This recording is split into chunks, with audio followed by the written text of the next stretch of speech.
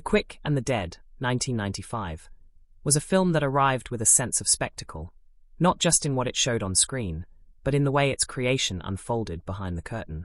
To tell its story is to trace not only the duels and shadows of a Western town, but also the financial path that shaped its existence, a path lived by everyone involved in bringing it to life. Money in this case was not an abstract matter of ledgers and ledgers alone. It was a lived texture, influencing tone, casting, choices of set, and the mood of those who carried the project forward. Every decision tied to cost left a mark. Every pivot in resources shaped what audiences ultimately saw and heard. The film opens with the deliberate staging of a Western myth. Dusty streets, crooked saloons, shadows stretched long across the ground. All of it demanded resources to feel alive rather than staged. The money journey began with the choice to recreate a world that had long since disappeared. Wooden fronts had to be built to carry the weight of history, interiors designed to feel worn by countless hands, costumes tailored to project both grit and theatre. Each of these details was not only artistic, but financial. Behind every scuffed boot and shattered bottle was a line in a budget, a decision about where to concentrate spending to make authenticity believable.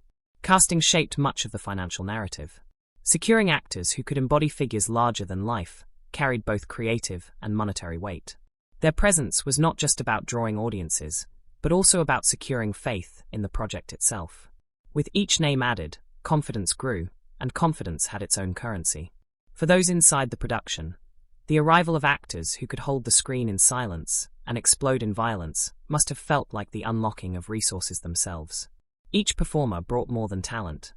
They brought an assurance that the film could carry itself beyond the desert it was filmed in.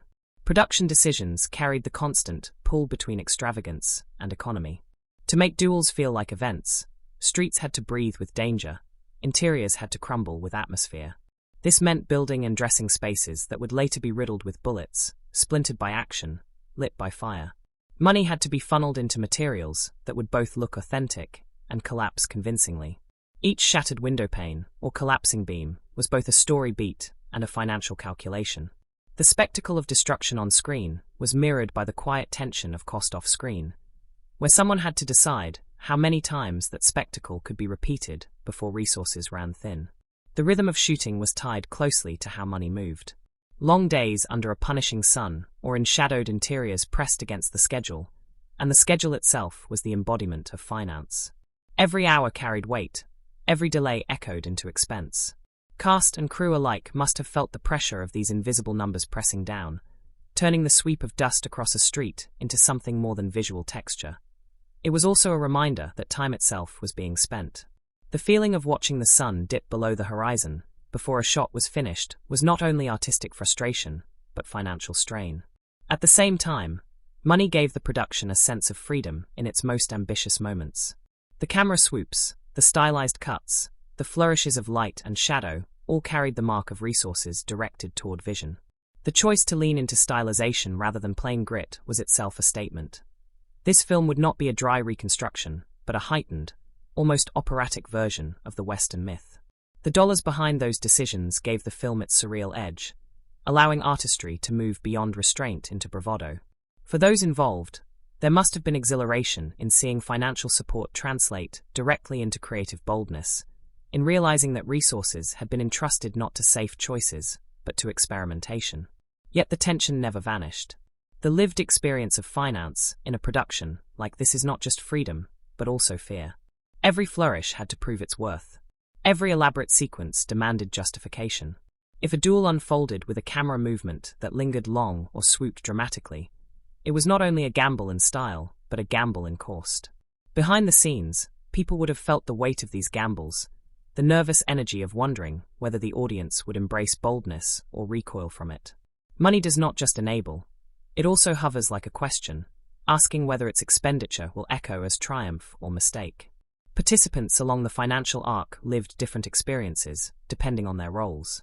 For the director, money was both tool and tether, granting permission to indulge in stylization while demanding discipline to keep the project grounded. For actors, money translated into trust, the sense that the production believed in them enough to build around their presence, but it also meant pressure to deliver performances worthy of the investment. For crew members, money shaped daily work, the quality of materials, the time allowed for preparation, the equipment that could be used or denied. Each person lived finance differently, yet all were bound together by it. As the film progressed, the financial path unfolded as both companion and antagonist to the story itself. On screen, characters staked everything on duels, risking life for reputation or redemption. Off-screen, the production staked its resources on set pieces, wagering that audiences would be enthralled by each gunfight, each dramatic pause before the trigger was pulled. Money, like bullets, was finite, and each expenditure had to land its mark. When a duel electrified the audience, the investment felt vindicated.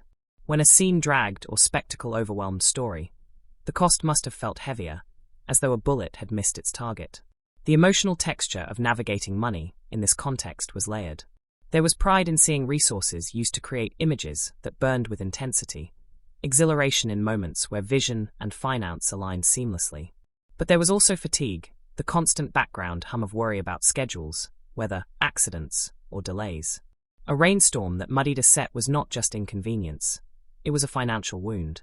A performance that needed another take was not just artistry seeking perfection, it was another tick against the clock. These emotional textures shaped the atmosphere on set, infusing every victory with relief and every setback with apprehension. For those inside the arc, the money journey likely felt like walking a tightrope. Too much caution would have stripped the film of its boldness. Too much indulgence would have risked collapse. The balance had to be recalibrated daily, with choices about camera setups, lighting schemes, and effects weighed against time and cost. This balancing act is invisible to the audience, who see only the sweep of spectacle and the grit of performance. But for those who lived it, the balancing was constant, a lived reality as tangible as the dust on their clothes or the heat of the lights. Another early choice was to anchor the story almost entirely in one location, the town. This decision limited the need for travel or scattered settings, but it also concentrated every resource into ensuring that this single space could sustain an entire narrative. The town became stage, arena, and character, and that required layers of detail. While other productions might spread their budget across multiple landscapes, here everything was folded into one environment, demanding both depth and durability. This was efficient in one sense, but it also placed immense pressure on that location to provide variety and richness without becoming monotonous. The creative choice to focus inward created boundaries for the financial path outward. The project's size shaped daily coordination in ways felt by everyone involved. Each morning, as call sheets circulated, the scale of the day's work loomed. Was it a duel requiring hours of reset? Was it a crowd sequence filling the street with onlookers? Was it a quieter moment inside a saloon still requiring elaborate lighting to match the heightened tone? Every day demanded coordination across departments, and the larger the scene, the heavier the coordination. Directors, assistants, technicians, and actors all had to align their rhythms to ensure that time did not spill wastefully. In the dust and heat, with long hours pressing, the weight of that coordination could fray tempers or bond people together, depending on how smoothly the day ran. Morale rose and fell with this rhythm. On days when shots came together swiftly, when the camera caught the gleam of light just right, when performances landed and resets were efficient, a sense of triumph carried through the crew. They could feel the resources being used well, the vision and the budget aligning in harmony. But on days when weather shifted unexpectedly, when technical difficulties delayed progress, when repeated takes eroded energy, morale could falter. The size of the production amplified both triumph and frustration.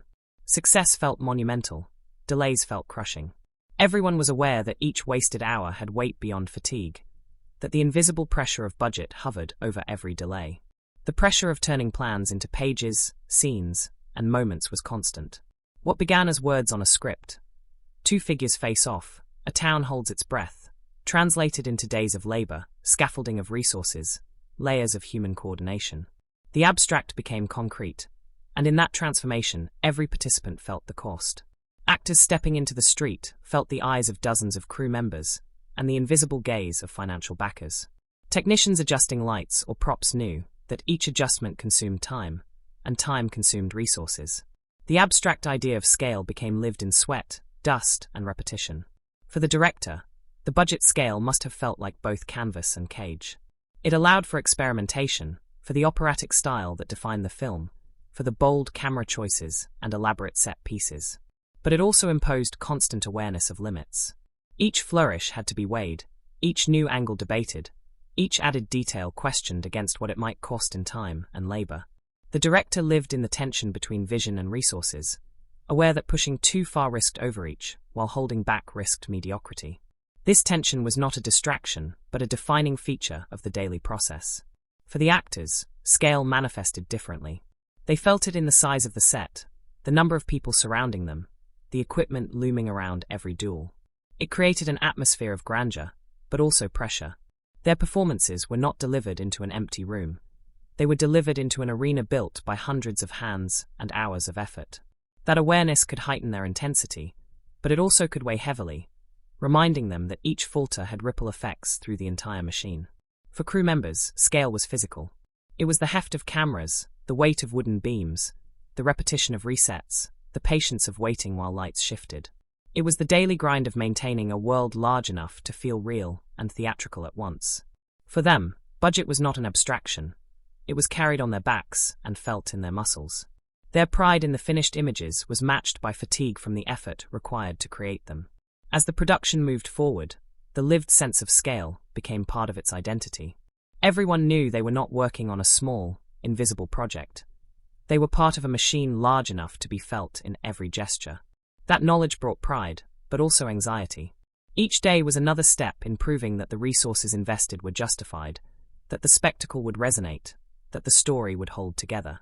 The budget was not spoken of directly, but it hovered in every conversation, in every decision about how long to linger on a shot, or how many times to reset a scene. When the film was finally assembled, the scale of its production was visible in every frame. The town breathed with atmosphere, the duels pulsed with theatricality, the style burned with confidence. Audiences may not have known the exact limits of resources or the details of coordination, but they could feel the weight of effort. The financial journey of the film was not invisible. It lived in the grandeur of the set, the intensity of the action, the boldness of the camera. The budget scale aimed high enough to create a western both operatic and raw, and it left its imprint not only on screen, but in the lived experiences of all who built it. Looking back, the story of its production is the story of scale made tangible. It is the story of streets built from scratch, of duels staged with precision, of crews sweating in the dust to create moments that looked effortless.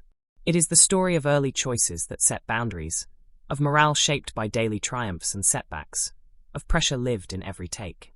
The Quick and the Dead was more than a western.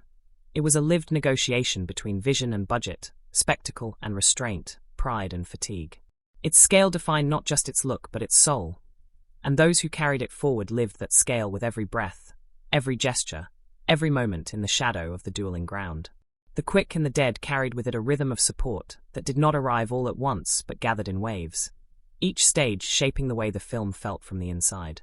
At the start, there was the tentative belief in reviving a genre that had long seemed to sleep, a willingness to invest in dust, duels, and myth once more.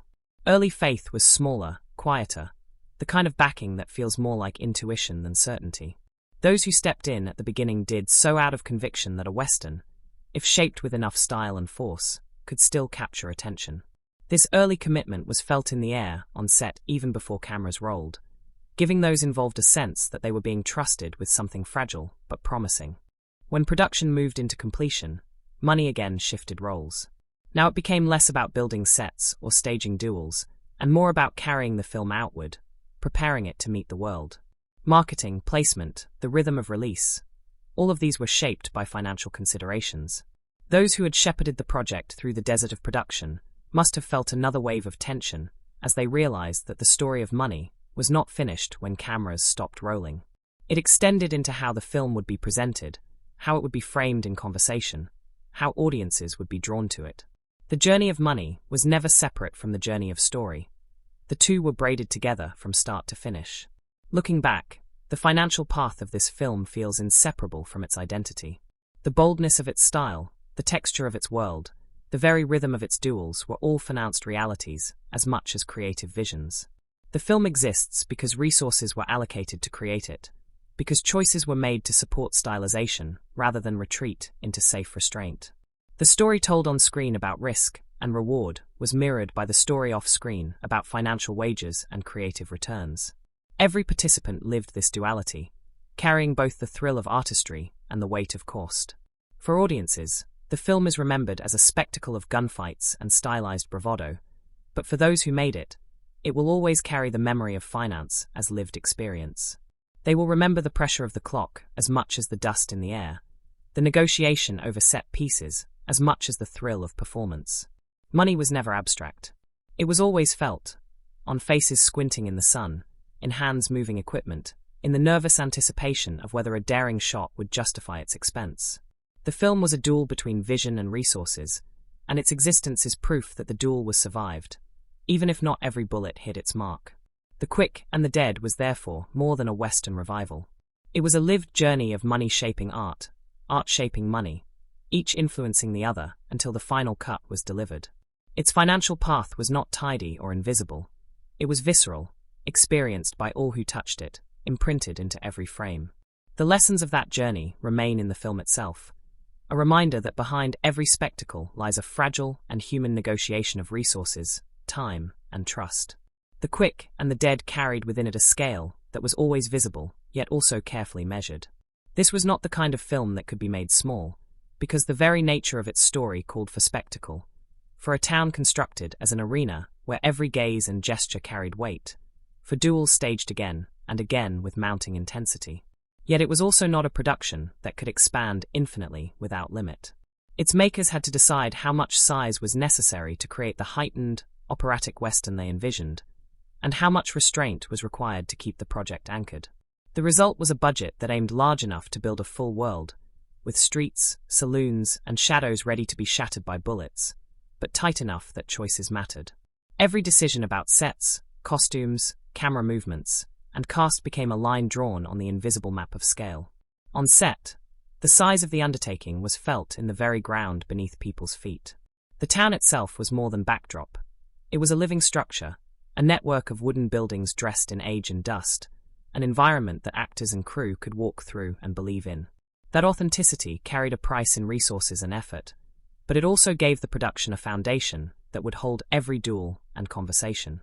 Walking those streets each day, cast and crew would have felt the scope of what had been built around them. Each creak of a porch board, each glint of sunlight on a sign, was proof of resources focused on physical reality. But with that came the awareness that such effort required constant maintenance. Dust had to be spread, facades had to be dressed, interiors prepared and reset. The size of the town was a blessing for atmosphere, but a burden for daily coordination. Time concentrated most heavily on the staging of duels. These moments defined the film's rhythm, and each demanded meticulous planning. To capture the tension of two figures facing one another across a dusty street required more than two actors and a camera. It required crews laying down tracks for stylized movements, specialists preparing effects for shattering glass or sudden explosions, designers ensuring the costumes and props carried the right weight, and assistants resetting the ground after every take. Resources pooled around these sequences, because they were not just scenes but the spine of the film. Each duel had to feel unique yet connected, heightened yet grounded. That balance consumed hours of preparation and planning, with everyone on set aware that these were the shots by which the film would be remembered. People became the central focus of spending, not just in the casting of actors, but in the manpower required to build and sustain such an environment. Extras filled the streets, providing the sense of a town alive with whispers and watchful eyes. Carpenters, painters, and dressers maintained the buildings. Technicians managed lights that shifted as clouds passed overhead, ensuring continuity of mood. Camera crews rehearsed movements again and again, knowing that a misstep could undo hours of preparation. The size of the production was felt most in the density of these people, working in concert each day, the hum of their combined effort echoing behind the silence of the final standoff. Tools and equipment followed the same logic of concentration. Cameras were pushed to extremes to create the film's distinctive visual language. Low angles staring up from the dirt, swoops that flew across the dueling ground, lenses that pulled the viewer into the eyes of each competitor. Every such choice required specialized rigs, careful coordination, and time spent rehearsing. Lighting was equally ambitious, designed to cast dramatic shadows across weathered faces, to catch the glint of metal at just the right instant. These tools carried weight, both literal and financial, and their presence was a reminder each day of how much depended on capturing something that looked effortless. Crew members felt that pressure in their muscles as they hauled equipment, in their patience as they recalibrated again and again, in their relief when the shot was finally declared complete. Early creative choices quietly set the limits for what came later. The decision to make the film a stylized Western, rather than a purely traditional one, expanded certain needs, while closing others. It meant that camera work had to be bold and inventive, requiring more elaborate setups than a restrained approach might. It also meant that set design had to lean into theatricality, not just building a town, but imbuing it with atmosphere that bordered on myth. This choice elevated the film's visual identity, but it also established a scale that could not be ignored. Once the first duel was filmed with sweeping movement and exaggerated lighting, every duel that followed had to meet or exceed that bar. The initial ambition created momentum, and momentum demanded resources to sustain it. Once the project moved into casting, the feeling of support began to change. With each role filled by an actor capable of carrying both weight and presence, belief deepened. Later commitments always arrive with a different texture, less tentative and more confident, because by then proof has begun to accumulate. When rehearsals showed sparks of chemistry, when camera tests revealed the operatic potential of the style, those arriving late to the circle of trust did so with the reassurance of evidence. For the team, this gradual strengthening of support created momentum, replacing the uncertainty of early days with the steadier confidence of something taking shape. Timing, however, was never smooth. There were stretches when everything felt aligned, resources flowing with ease, schedules moving forward without obstruction, spirits high as each piece clicked into place.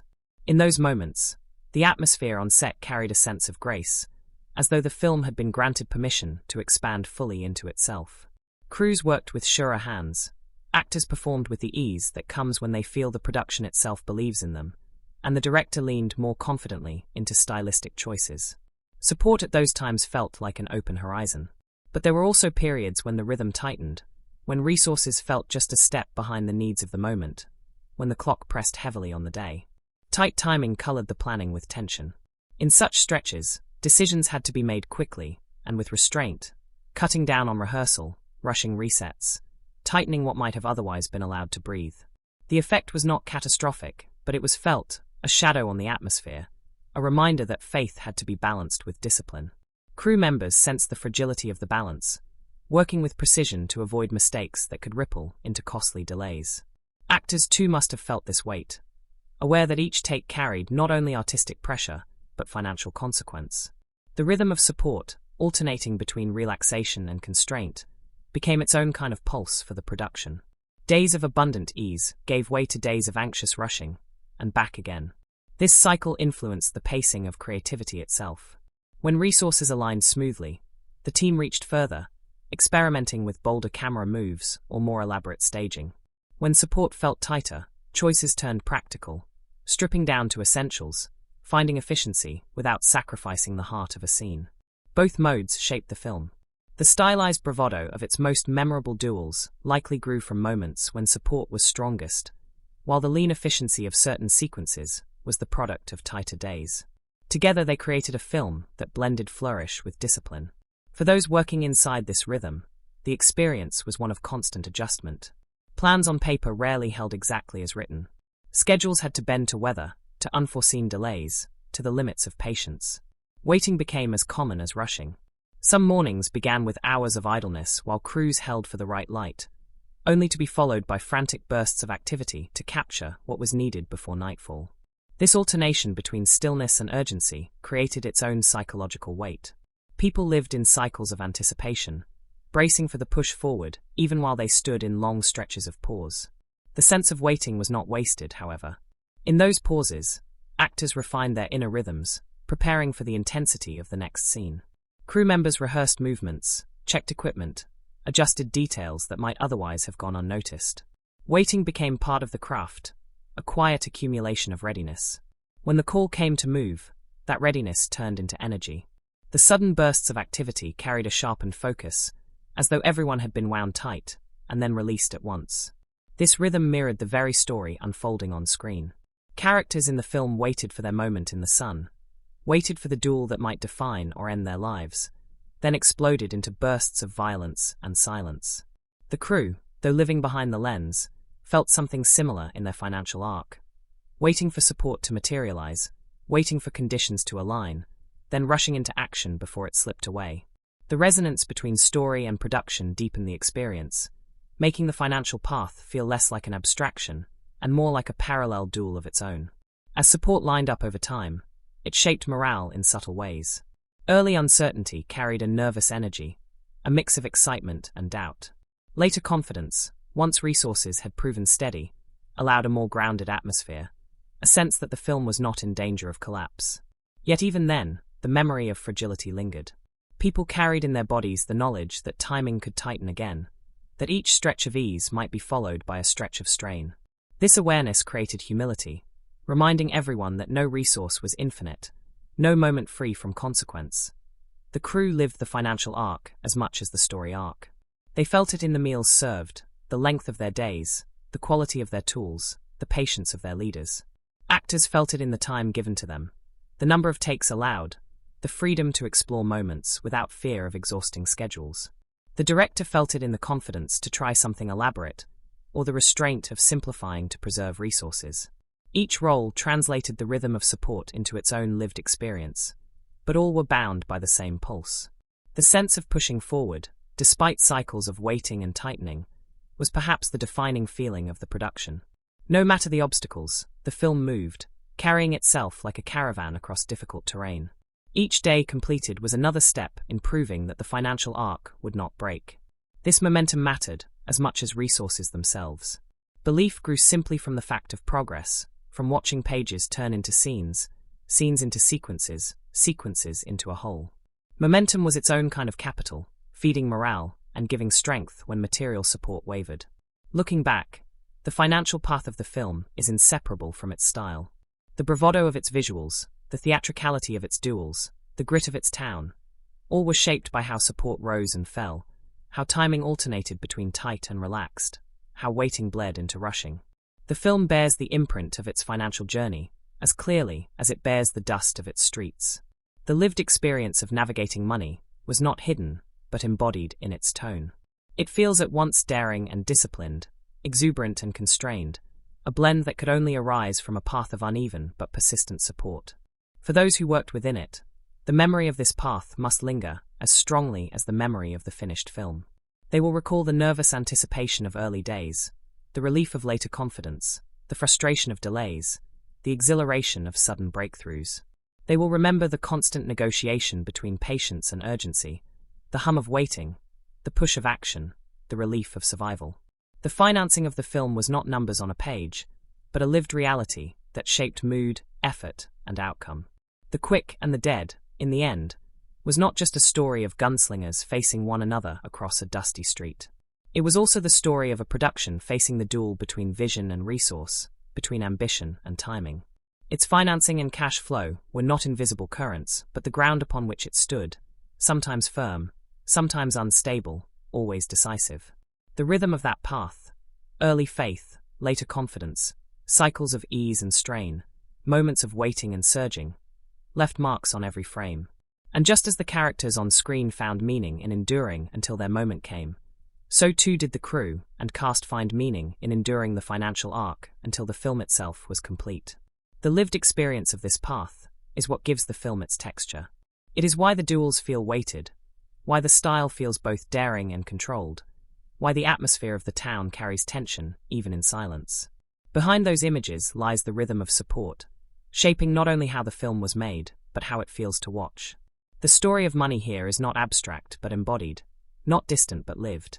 It was carried in dust and sweat, in patience and urgency, in the quiet conviction that even fragile support, if nurtured carefully, could be enough to create something lasting.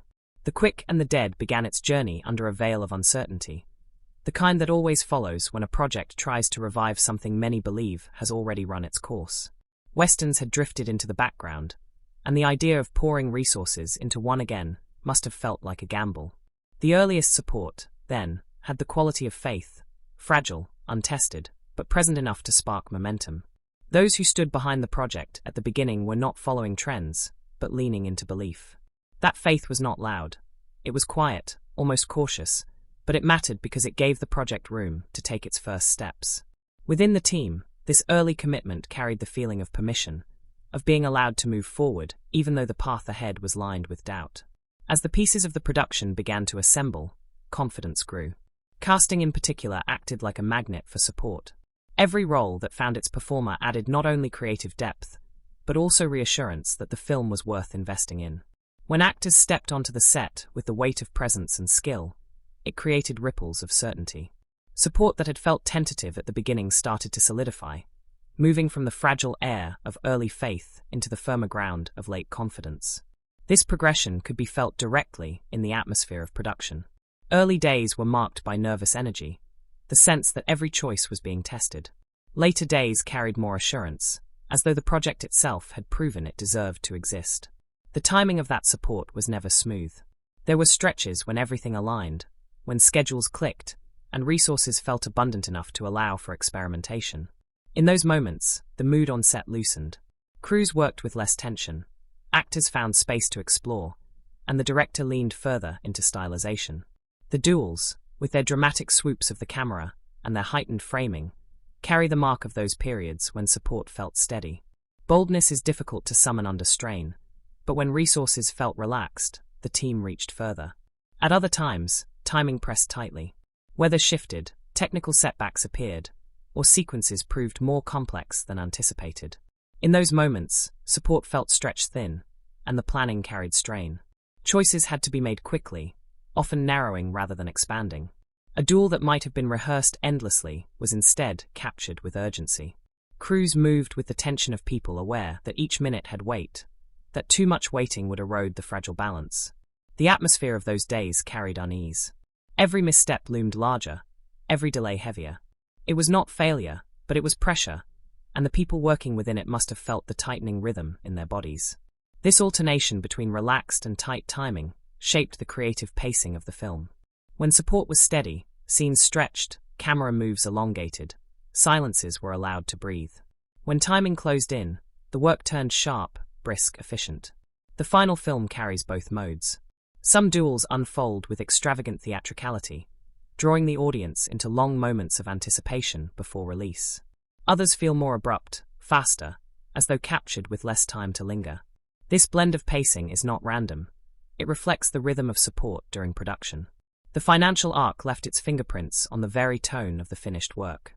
For the crew, this rhythm was lived daily. They endured the waiting that always comes with preparation, standing in the dust as clouds drifted, holding equipment until light fell just right, resetting props again and again. Waiting carried its own weight, filling bodies with restlessness, but also honing patience. When the signal finally came to move, that waiting turned into bursts of intensity. Crews rushed to capture shots before conditions changed, actors delivered performances sharpened by anticipation, and the whole machine surged forward. This cycle of waiting and moving was not accidental. It was the lived reality of aligning vision with support. Actors felt this rhythm differently. When support was abundant, they were given time to sit inside a scene, to let gestures and silences expand. In those moments, performances had a chance to breathe, to find subtleties.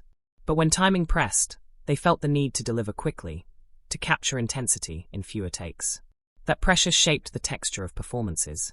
Some moments are deliberate and measured, others raw and immediate. Each carries the imprint of the production's rhythm. For the director, support was both liberating and constraining. At times it opened doors, granting freedom to attempt elaborate shots or stylized flourishes. At other times it forced discipline, pulling back ambition in order to protect progress. The feeling of walking this line, of being constantly aware of the ebb and flow of resources, must have been exhausting, but also clarifying. It required decisions to be made with a constant awareness of weight, balancing the pull of vision with the pressure of time. The sense of adjustment became habitual. Plans on paper rarely unfolded as written. A day scheduled for 3 scenes might end with 1 completed. Another day expected to be slow might surge forward with unexpected efficiency. Crew and cast adapted, shifting their energy to match the day's rhythm. Flexibility was not just a trait, it was survival.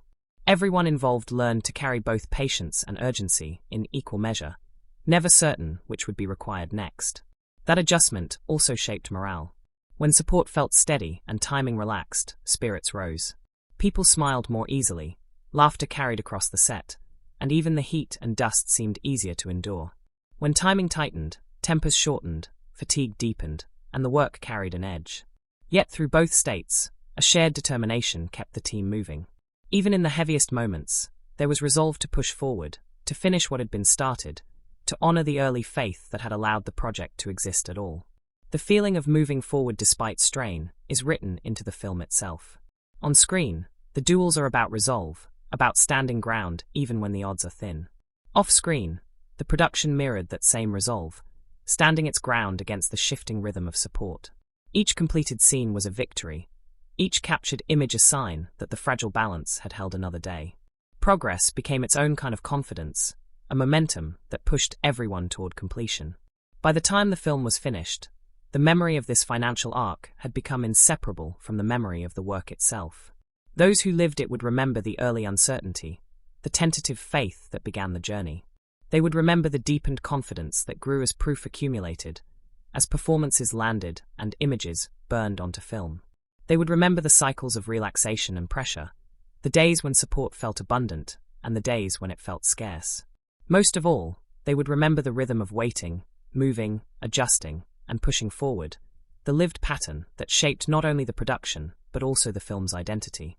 The Quick and the Dead endures as more than a tale of guns and duels. It carries within it the imprint of its financing and timing, the pulse of support as it lined up and faltered, surged and tightened. Its very style, the bravado of its visuals, the alternation between theatrical pauses and sudden bursts, mirrors the rhythm of the path that carried it to completion. Watching it now, one can feel that rhythm still, the quiet faith of its beginning, the steady confidence of its later stages, the strain of its tight days, the relief of its relaxed ones. The film is not just a Western. It is the record of a journey where money and time shaped mood, energy, and art in equal measure.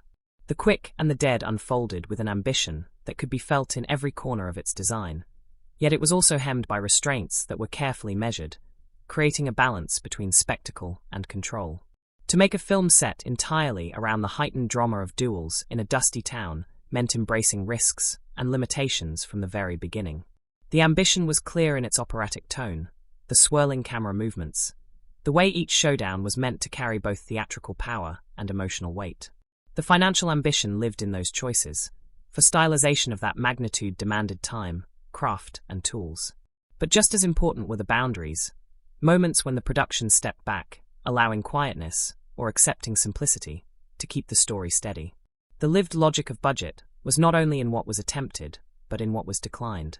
At its most ambitious, the film set out to turn each duel into an event, not just repetition but escalation. On screen, the duels are the lifeblood, each one demanding choreography, precise timing, effects prepared for destruction, and camera setups that stretched what had been attempted in the genre before. The resources poured into these sequences made them more than gunfights. They became operas of violence, each with its own rhythm and flourish. From the ground-level angles that placed the viewer in the dust to the stylized sweeps that pulled upward into the sky, these choices were fueled by belief that audiences needed to feel duels not as routine, but as spectacle. On set, this ambition translated into days of preparation for a single shot. Equipment shifted endlessly to capture something unique, crews rehearsing endlessly until every cue aligned. Those involved would have felt both exhilaration and pressure. Exhilaration that they were creating something bold, pressure that every bold flourish had to justify its cost. Yet restraint shaped the film, just as much as ambition. The decision to set almost the entire story within the borders of a single town was not only creative, but also practical. By confining the world, the production limited travel, eliminated the need for a wide variety of sets, and concentrated resources into a space that could be endlessly reused and redressed. That restraint gave the film coherence. The audience never leaves the town, and that constant return reinforces the feeling of entrapment, of lives locked within the orbit of violence. This choice avoided the risk of scattering resources too thin, and for those living the production, it meant focus. The town had to be deep enough to carry the entire narrative, and so detail was layered into every board, sign, and window. The restraint to hold the story in one place, though limiting, created richness within that limit, a logic that felt as financial as it was artistic. Trade-offs defined the production. To lean heavily into the duels meant pulling back elsewhere. The quieter scenes between characters, though vital, were staged with simplicity. Interiors were dim, often sparsely decorated, so that attention stayed on faces and words. These spaces required less build and less dressing, conserving resources for the moments when walls would shatter and glass would explode under the weight of bullets. It was a constant act of balance, choosing when to expand and when to contract. For those on set, it meant knowing that a day of spectacle might be followed by a day of quiet conversation, one scene consuming massive effort, another moving swiftly in its simplicity. The rhythm of work mirrored the rhythm of trade-offs, ambition, and restraint flowing into one another. Scope decisions shaped the tone. Because the film devoted so much of its weight to duels, the pacing leaned into pauses and eruptions. Long stretches of waiting, close-ups of eyes narrowing, sweat on brows, all built toward the violent crescendo. This tone was a direct result of scope. If resources were going to be concentrated on duels, then the story itself needed to lean into them, pacing everything else as prelude or aftermath. The quiet scenes between were trimmed and efficient, never indulgent, ensuring that the energy could return to the dueling ground without exhaustion. On screen, this gave the film its operatic quality. Slow climbs, sudden explosions, silence followed by spectacle. From inside the production, this structure must have felt both constraining and freeing. Constraining in that everything revolved around a single type of scene, freeing in that once resources were committed, there was no need to hedge or spread effort elsewhere. Ambition also meant leaning into stylization, and stylization meant cost. The decision to exaggerate camera angles, to push into surreal flourishes like bullets exploding through the body of a clock, turned the film into something heightened beyond realism. These flourishes were expensive in time and preparation, but they gave the film its signature. For those making it, each one was a test of the balance between vision and practicality. Could they afford the extra hours to capture a shot no one had seen before, or should they settle for something safer?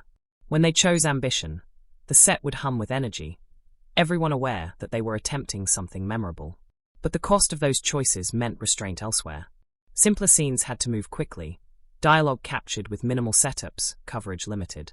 The vision lived inside a financial framework that allowed for peaks of extravagance only if valleys of efficiency followed. Balancing vision with practicality was a lived negotiation. The director carried the brunt of it, pushing for the flourishes that defined the film, while also carrying the responsibility of keeping the production within its boundaries. For the crew, it meant constant recalibration, sometimes indulging in long setups for elaborate shots, other times racing through multiple scenes in a single day. Actors felt it in the time allotted. Duels stretched, allowing for multiple angles and rehearsals, while quieter exchanges were often filmed with brisk decisiveness. This balance shaped performances as well. In duels, actors could sink into gestures, stretch silences, let the camera linger. In conversation, they delivered more directly, aware that time was being saved. The budget logic of when to linger and when to move pressed into the very fabric of performance. Constraints carried their own texture on set. Working in one town meant familiarity bordering on monotony. Crew members returned to the same buildings daily, redressing and resetting them, shifting angles to disguise repetition. This familiarity bred efficiency, but also fatigue. The town became a cage not just for characters, but for those making the film. At times, it must have felt like a relief to step outside it, even briefly, before returning to the streets that had to sustain the entire narrative. That constraint was heavy, but it was also what gave the film its claustrophobic intensity. The decision to accept monotony as the price of focus was another form of financial logic, a trade-off between breadth and depth. There were also the constraints of time. Ambition demanded patience, but patience was expensive. Crews could not linger indefinitely on every shot, and so choices had to be made. Some ideas were cut before they reached the camera, simplified in order to keep the schedule intact. The frustration of these constraints would have been keenly felt. Yet they also protected the project from overreaching. Without limits, ambition might have sprawled, diluting impact. The logic of budget forced clarity, stripping away excess until only what mattered most remained. In the end, the pared-down boldness became part of the film's voice. From inside, the balance of vision and practicality must have been like walking a rope stretched tight across a canyon. Each step demanded focus, each decision carried weight. Lean too far toward ambition, and the production risked collapse. Lean too far toward caution, and the film risked banality. The crew lived that tension daily, carrying both pride in their ambition and weariness from the constraints. Their triumph was not in ignoring limits, but in bending them to serve the story. When viewed now, the film bears the mark of these choices. Its operatic duels burn with the fuel of ambition, while its quieter scenes hum with the efficiency of restraint. Its tone is shaped by the scope decisions made at the outset, its pacing reflects the rhythm of trade-offs, and its style is defined by the constant balance between flourish and practicality. Every moment of spectacle is paired with a moment of simplicity, every indulgence matched by discipline. This is the imprint of budget logic, lived daily by those who made the film, etched into every frame. The Quick and the Dead is remembered as a bold western that twisted familiar tropes into something exaggerated and theatrical. Yet behind its style lies the lived negotiation of ambition and restraint, of creative scope and financial constraint. It attempted the grand and achieved it, but only by accepting the limits that shaped it. The film exists as both expression and compromise, a duel between vision and practicality fought and refought every day of production. For those who stood in the dust and shadows, this was the lived reality. Ambition reaching upward, constraint pressing downward, and in the middle, a film carved into being by the constant pressure of both. When The Quick and the Dead began to make its way toward audiences, awareness of it did not arrive with sudden thunder, but through a gradual layering of signals, each one contributing to a clearer picture of what the film was offering and who it was meant for. Its position on the calendar was deliberate, a slot chosen to let its mood stand apart, to place its dust and stylization against a backdrop of more conventional fare. The very idea of reviving the Western, and not through quiet naturalism, but through a heightened, operatic lens, created intrigue. That intrigue was the first layer of awareness. For audiences, the notion of returning to duels, saloons, and frontier streets, but with a bold twist of stylization, was enough to catch attention. For those inside the production, that placement carried a weight of expectation. It was not just about being seen, it was about being seen in contrast, in relief against whatever else surrounded it. The earliest glimpses of the film communicated mood more than story. Images of dust-choked streets, silhouettes framed against blinding sun, faces caught in the intense stillness before violence, all signaled that this was not a restrained or nostalgic Western. It was something closer to myth. These early signals mattered deeply because they shaped first impressions. For audiences, the sense was clear. This film was going to be about more than men with guns. It was going to be about style, spectacle, and atmosphere. That clarity of mood created a filter. Those drawn to the boldness leaned closer. Those seeking gentler stories stepped away. Inside the team, there must have been relief that the mood translated so strongly, because in a film like this, mood was as important as plot. The Quick and the Dead remains a record, not only of a stylized vision of the Western, but also of the lived path of its marketing and awareness. Its identity was its campaign, its boldness its declaration. Audiences found it through mood and placement, through chatter and signal, through images that announced themselves without hesitation.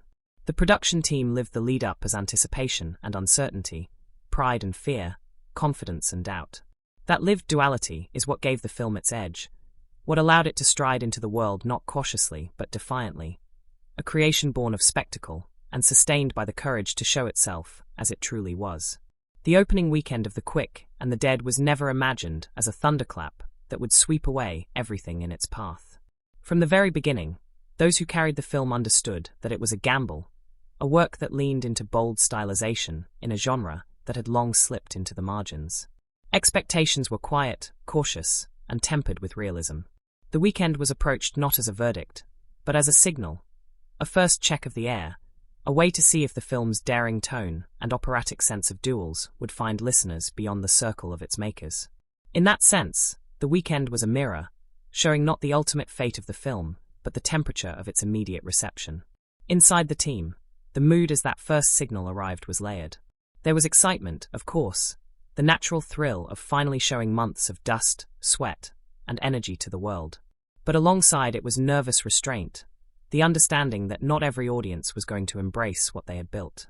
The Western had not been at the center of cultural appetite for some time, and the decision to present it not with nostalgia, but with spectacle made the project feel even more precarious. As reports began to drift back, there must have been a sharp awareness in the room. Every murmur of audience response mattered. Every critic's word carried disproportionate weight. In those hours and days, the team listened for signals like townsfolk in their own story, waiting for a duel to be decided by the squeeze of a trigger. The first audiences entered theaters with curiosity, sharpened by the chatter that had preceded the release. They had seen images of the dust-filled town, the tense stares across empty streets, the sudden bursts of stylized violence. What they encountered confirmed that this was no gentle retelling of frontier life. It was heightened, operatic, often surreal. For some, this was exhilarating. They spoke afterward of the visual bravado, of the thrill of watching duels staged as theater. Their chatter carried admiration for the director's boldness, the actor's intensity, the way the camera seemed to transform grit into myth. For others, it was disorienting, too far from the grounded realism they associated with the genre. Their words reflected hesitation, sometimes even dismissal. These conflicting responses were the first signals to the team that the film had carved out a space that was polarizing, defined as much by who rejected it as by who embraced it. That polarization shaped the internal atmosphere. Relief came from the fact that the film was not ignored. It was being talked about, reacted to, debated. Indifference is a heavier blow than criticism, and in this case, the team could feel that they had at least sparked conversation. Optimism grew from the passion of those who loved it, caution from the sharpness of those who did not. The balance of those two forces created a mood of fragile resilience. The film had not failed outright, nor had it triumphed easily.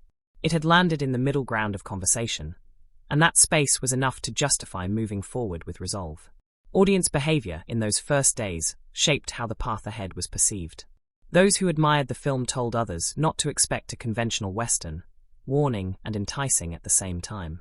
Their words created a ripple of curiosity among people who might not have considered seeing it otherwise. The intensity of their praise suggested that while the film might not appeal to everyone, it could build momentum within a smaller but dedicated circle. For the team, this was encouraging. They had not aimed for mass comfort, they had aimed for impact. And the fact that some viewers were speaking of it with intensity suggested that the impact had been felt. At the same time, the hesitations of other viewers were not dismissed. They became part of the calculation of the weeks ahead. The chatter that the film was too stylized, too exaggerated, too distant from tradition, warned that its appeal would not broaden easily. This tempered optimism with caution. Those inside the project likely adjusted their hopes in real time, understanding that their film might not soar into mainstream embrace, but could endure through the strength of those who championed it. The anticipation of the weeks ahead shifted accordingly. The question was no longer whether the film would explode, but whether it could sustain itself quietly, steadily, carried by curiosity and conversation. Hints of momentum appeared in the form of repeated references to the film's visual daring. Even those who resisted its excesses often mentioned its style, unable to deny its boldness. This repetition created a kind of identity. The quick and the dead was the stylized Western, the one that turned duels into theater. This clarity of identity was a gift in the noisy world of releases. Audiences knew what they were stepping into, even if they disagreed about its value. For the team, this was another form of signal. To be defined clearly, even controversially, was preferable to being blurred or forgotten. That clarity suggested that the film could continue to draw those curious about its difference, sustaining attention beyond the first weekend. The balance of optimism, caution, and resolve after that opening frame defined the path forward. Optimism grew from the evidence that the film had made itself visible, that it was stirring conversation, that it was recognized for its distinct style. Caution persisted from the realization that it would not appeal widely, that some viewers would find its excesses off-putting. Resolve emerged from the understanding that the work was complete, that it had already defined its space, and that the team's role now was simply to let it move forward, to trust that the choices they had made would find their own audience over time. This blend of feelings mirrored the balance of the film itself. Part bravado, part restraint, part endurance. The days immediately following the first weekend carried their own texture. Relief mingled with exhaustion. Anticipation gave way to watchful patience. The team no longer carried the frantic energy of waiting for release. They carried the steadier energy of watching a trajectory unfold. Each mention in the press, each echo of audience response, felt like another signal, another clue about where the film might be headed. Some signals pointed to endurance, others to limits, but all reinforced the sense that the film had made its mark. For those who had lived the grind of production, the weekend's signals mattered beyond commerce. They were emotional markers, proof that the dust and sweat and endless resets had not been wasted. Even criticism carried meaning, because it showed that the film had been seen, that it had provoked reaction. In the long arc of making a film, the opening weekend is less about final judgment than about validation of existence. Chatter and press began to build upon those initial impressions, layering commentary and speculation that shaped the sense of audience fit. Some writers emphasized the extravagance of its style, noting the almost comic book intensity of its framing and camera movements. Others focused on the casting, pointing out the interplay of established stars and rising names. This chatter created an image of a film that was both traditional and radical. Traditional in its coarse setting and narrative of duels, radical in the way it approached them with exaggerated flair. For potential audiences, this mixture was enticing or alienating depending on taste. The sense of fit began to emerge. This was a film meant for those who could appreciate the spectacle of a Western reimagined, not for those who wanted a return to plain grit. For the production team, every piece of chatter carried significance. Early reviews or previews, even brief mentions, offered clues about how the film was being perceived outside the circle of its making. Positive notes about the boldness of its imagery must have strengthened confidence, while cautious remarks about its excesses likely stirred worry. Each signal accumulated into a larger picture. At first, the weight of uncertainty overshadowed confidence. Then, as more voices echoed the strengths, confidence grew steadier. The rhythm of this shift mirrored the rhythm of the production itself, with cycles of anxiety and relief. Just as on set there had been days of smooth progress and days of strain, in the lead-up to release there were waves of buoyancy and waves of apprehension. The anticipation before release carried both thrill and dread. On one hand, there was the exhilaration of finally offering the film to audiences, of seeing whether the long months of effort would be validated. On the other hand, there was the sharp uncertainty of how bold stylization would be received. The very qualities that made the film distinct, its sweeping camera angles, its theatrical duels, its heightened tone, were also risks.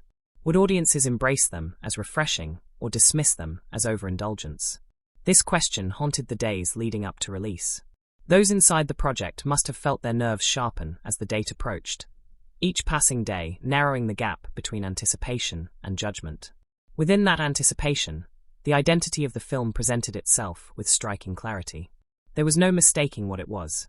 Every poster, every still image, every snippet of footage conveyed the same message.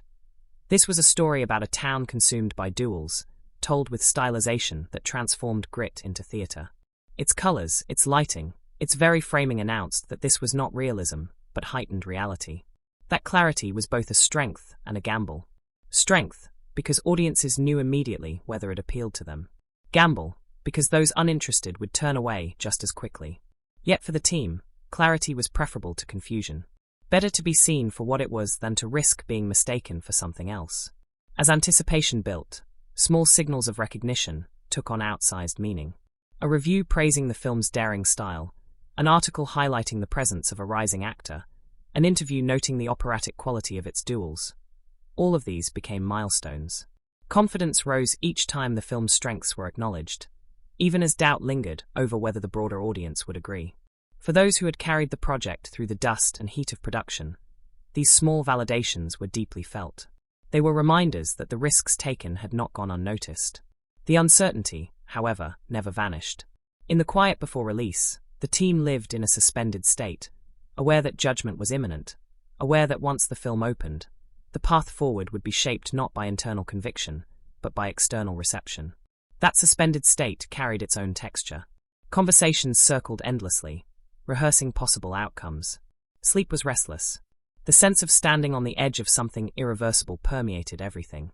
For the crew who had long since dispersed from set, and the actors whose performances were now sealed, the waiting was different but no less intense. Each person lived anticipation in their own way, but all were bound by the same uncertainty. When potential viewers first encountered the film, its identity met them directly.